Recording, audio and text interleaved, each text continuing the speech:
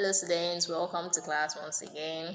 So it's your favorite basic science teacher, Ms. Vera Udrogu, and today we'll be learning about living things and non-living things. So our learning objectives for today are identification and understanding the characteristics that differentiate between living things and non-living things.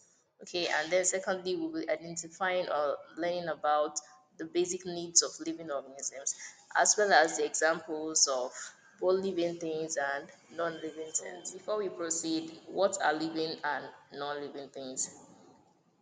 Living things are organisms that have life, while non-living things are objects that do not have life. There are certain things that helps us to identify living things, and these are the characteristics of living things. One, movement. Living things can move on their own. Two, respiration. Now, plants taking carbon dioxide and give out oxygen, while animals taking oxygen and give out carbon dioxide. So living things respire. Okay, then also growth is another characteristics of living things.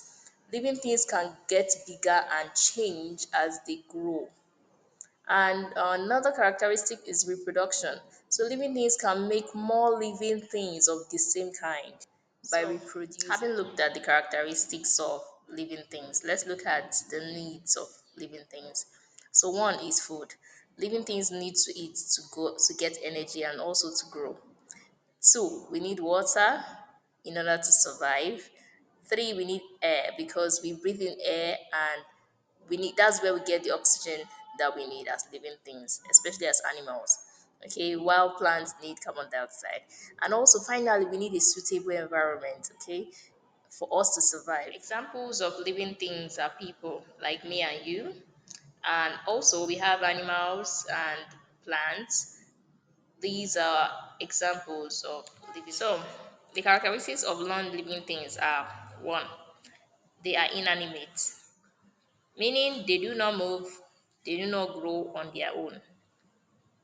And two, they have no reproduction. Non-living things cannot make more of themselves. Nope, they can't.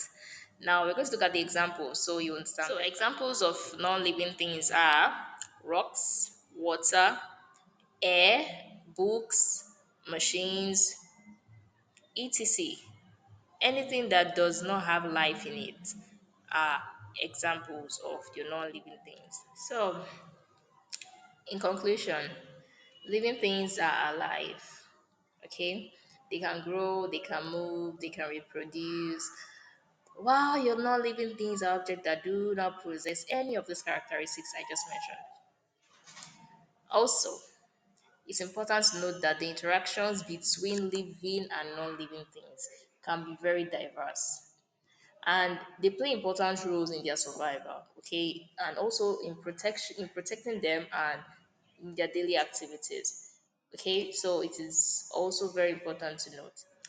Finally, we've come to the end of today's class. So before we end this lesson, I would like you to look around your environment, okay, and make a list of living and non-living things around. So I want to say thank you to everyone for your audience. Thank you for listening and learning with me. See you again in my next class. Bye.